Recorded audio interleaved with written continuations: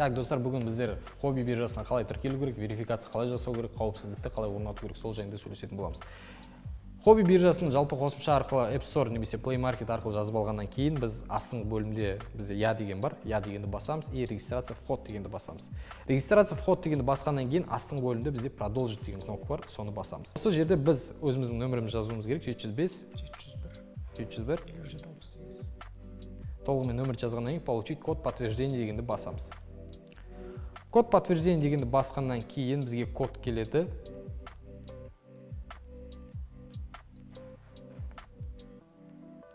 Код келеді, кодты айтып жіберсеңіз, жоқ, оған келмейді, SMS-ке келеді. Міне келді.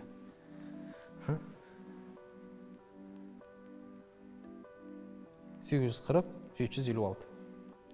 Код жазғаннан кейін бізге парольді орнату керек болады. Использовать надежный пароль дегенді таңдай салайын, бірақ сіздер олай таңдамаңыздар. Так, давайте олай істемей қойып, надежный пароль дегенді қоймай қойып, өйткені көбісінің ойларында қалмай қалады ол пароль. Сондықтан другие параметры дегенді басамыз. Так, осы жерде біз өзіміздің паролімізді қойымыз керек болады.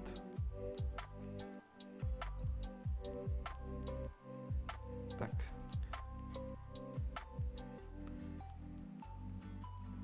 Мына жерде реферальный код дегенге жұрттар қайталап сол пароль жазып қояды, ол жерге ештеңе жазбаймыз. Регистрация завершена дегенді басамыз и успешная регистрация деп тұрады. Яғни біз уже хобби биржасына тіркелдік деген сөз. Енді бұл биржада біз верификация өтуіміз керек. Верификация өту үшін біз мына жерде қарасаңыздар, без верификация деген кішкентай әріппен жоғары жақта жазылып тұр. Соны басамыз үстінен. Басқаннан кейін бізде верификация бөлімі ашылатын болады. Мына жерде бізде әрине 4 верификацияның бөлімі бар. Қазір барынша жаңағыдай өтілетін верификацияға дейін өтетін боламыз. Так, бірінші уровеньнен өтейік. Бірінші уровеньде бізде гражданство сұрайды. Гражданство бізде Қазақстан. Одан кейін фамилия на английском.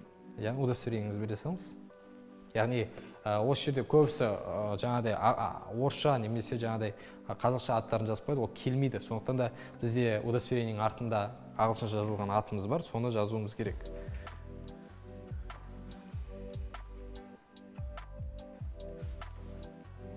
Так, фамилияны жаздық, енді атымызды жазуымыз керек.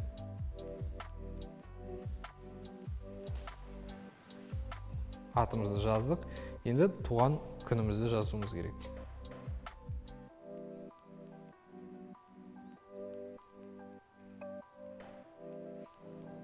Подтвердить дегенді басамыз и заявка на цифровой гражданство Доминики дегенге біз галочка қоймаймыз. Көбісі қойып қояды, олай болмайды. Галочка қоймаймыз. Соны есте сақтаймыз.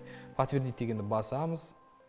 Подтвердить дегенді басқаннан кейін бізде бірінші уровень уже өтіп тұр. Енді екінші уровеньге өтеміз.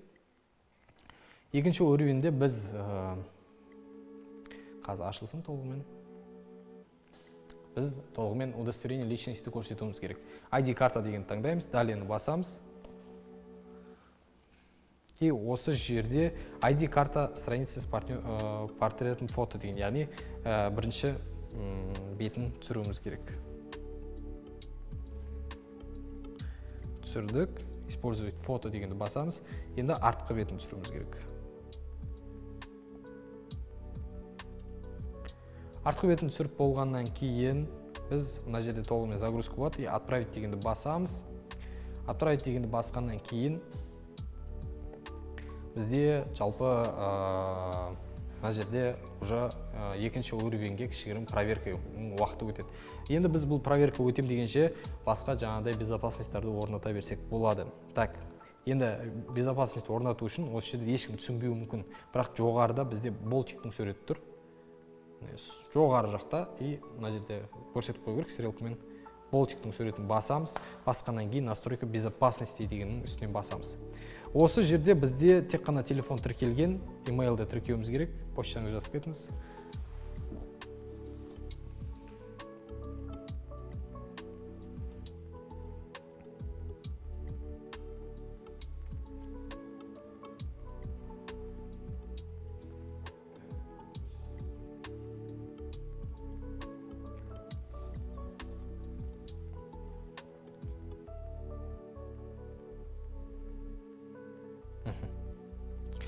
Готовы дегенді басамыз, далее дегенді басамыз. Осы жерде бізге код келеді почтаға, соны айтып жіберсеңіз.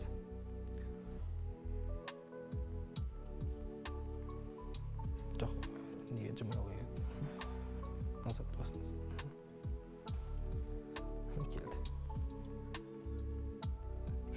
353 823 821.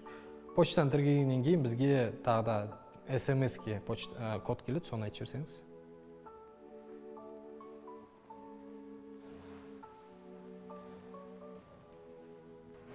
843 806. Так, код жазғаннан кейін подтвердить деген кнопканы басамыз.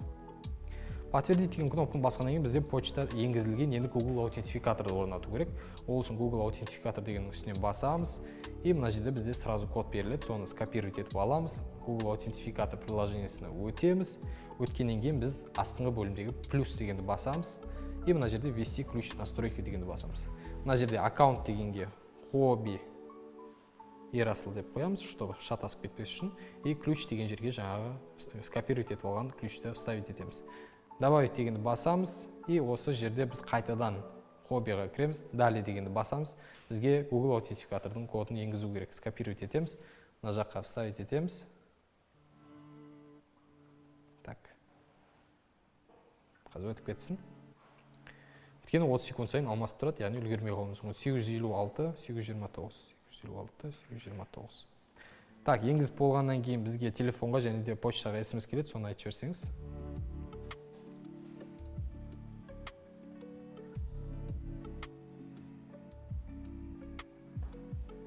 Келді. 859 693. Енді телефон SMS келеді.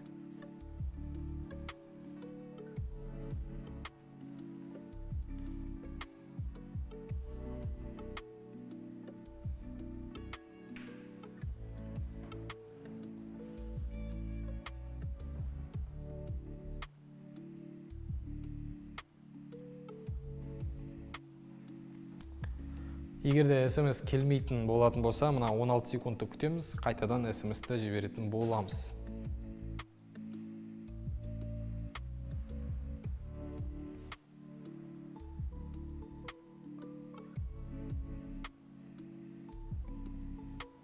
Так, SMS дегенді қайтадан басамыз, сол кезде сізге код кету керек. Міне келді. Кодты айтып 985 490. 490. Подтвердить дегенді басамыз. Басқаннан кейін бізде уже Google аутентификатор орнатып тұр, яғни толығымен қауіпсіздікті орнатып қойдық. Енді біз қайтадан верификацияны өтуіміз керек, яғни біз 2 уровеньді өттік, біз енді 3-ші уровеньді өтуіміз керек. Пройти верификацию дегенді басамыз. Басқаннан кейін бізге осы жерде түрімізді түсіруіміз керек болады. Начать дегенді басамыз. Начать дегенді басамыз.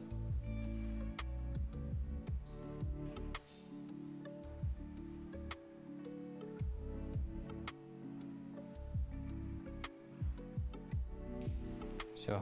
Анализ биометрических данных деп шығады. И загрузка успешно завершена дейді. Біз толығымен верификация өттік, қауіпсіздікті орнаттық. Осымен жалпы хобби биржасына біз жалпы тіркеліп қауіпсіздікті орнаттық. Келесі сабаққа өте берсеңіздер болады.